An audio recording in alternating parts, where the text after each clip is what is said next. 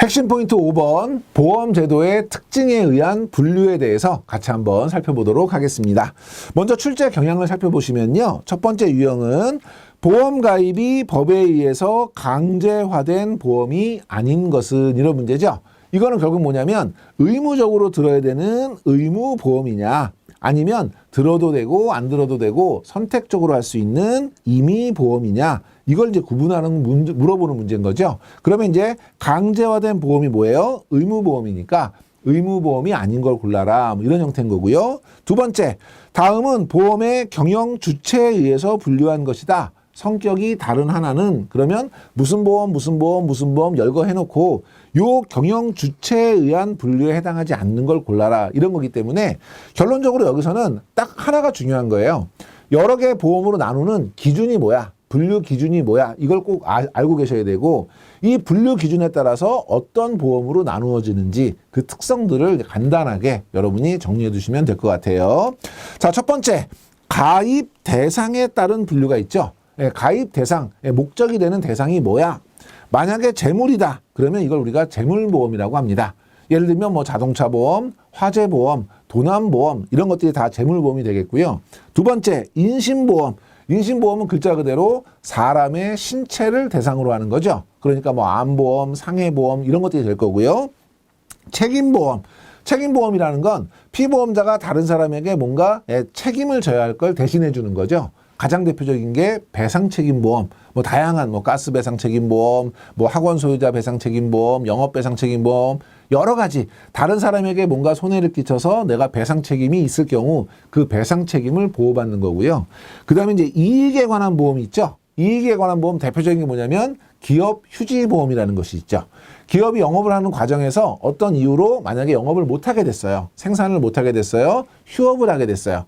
그러면 그 휴업하는 기간 동안에 발생했을 이익을 보상해주는 요게 이제 기업 휴지보험이라는 것인데, 요렇게 대상이 재물이냐, 사람이냐, 책임이냐, 이익이냐에 따라서 분류할 수 있고, 두 번째, 운영 형태에 따라서는 이거를 반드시 가입해야 되는 필수적인 의무보험인지 아니면 임의보험인지로 구분합니다. 그래서 의무보험 같은 경우는 똑같은 자동차 보험이라도 책임보험에 해당하는 것은 의무보험이고 종합보험에 해당하는 것은 임의보험이 되는 것이고요.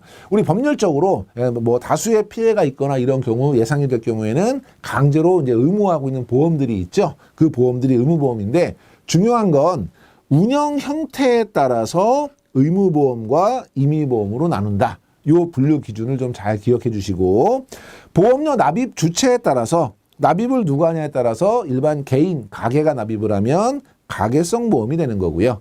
기업이 납입을 하면 기업성 보험이 되겠죠. 보험 기간에 따라서는 우리가 1년 미만의 짧은 기간에 보험을 가입하시면 단기 보험이라고 하고요. 통상적으로 3년 이상 긴 기간 동안에 가입을 하시면 장기 보험이라고 하고요.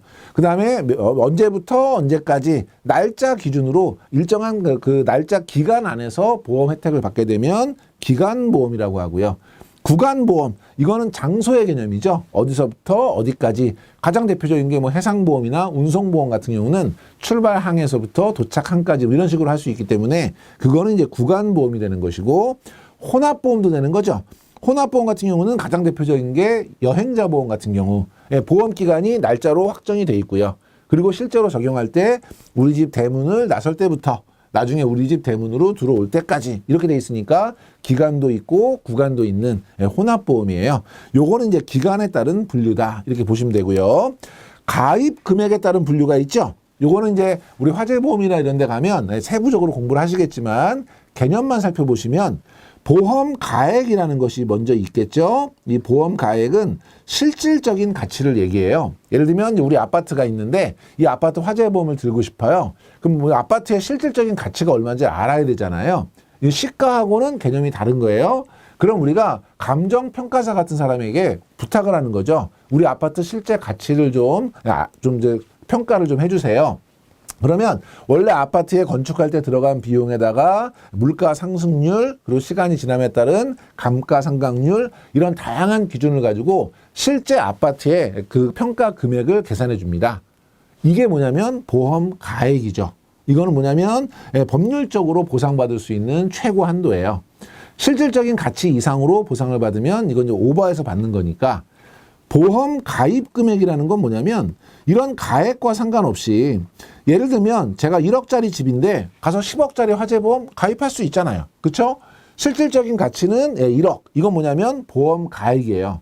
그런데 내가 가서 나 10억짜리 화재보험 가입할게요. 가입할 수는 있는 거잖아요. 그러면 가입한 금액은 보험 가입 금액이에요. 이 두 개의 차이에 따라서 제일 좋은 건 뭐냐면 전부보험이죠.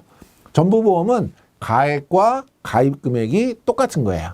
실제 가치가 1억 원인데 1억짜리 보험을 가입하는 거죠.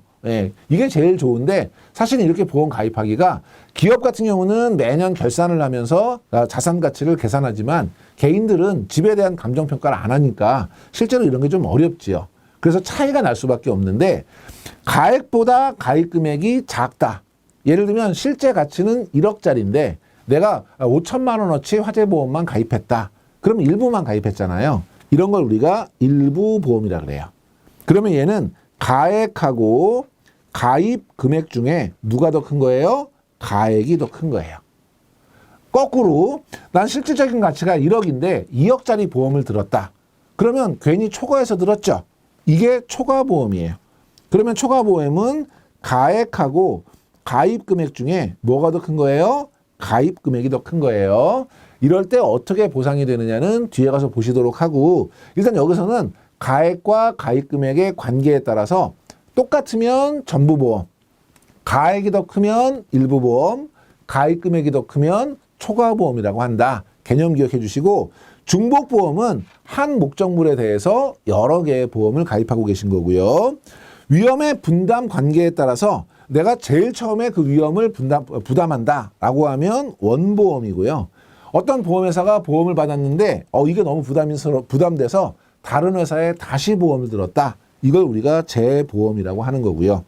경영 주체에 따라서는 이 보험을 운영하는 주체가 공적이냐 아니면 민간 기업이냐. 그래서 국가나 공공단체가 운영하면 공영보험이라고 하고요. 가장 대표적인 것이 뭐 건강보험, 국민연금 이런 것들이고 그다음에 민영보험 같은 경우는 민영보험사에서 운영하는 것이죠. 그래서 여러분이 각각의 일단 포인트가 뭐냐면 분류 기준이 뭐냐 그리고 각 분류 기준에 따라서 어떤 종류의 보험으로 구별하느냐 이것이 결국 핵심 포인트이기 때문에 이 부분들을 다시 한번 잘 정리해 보시기 바랍니다.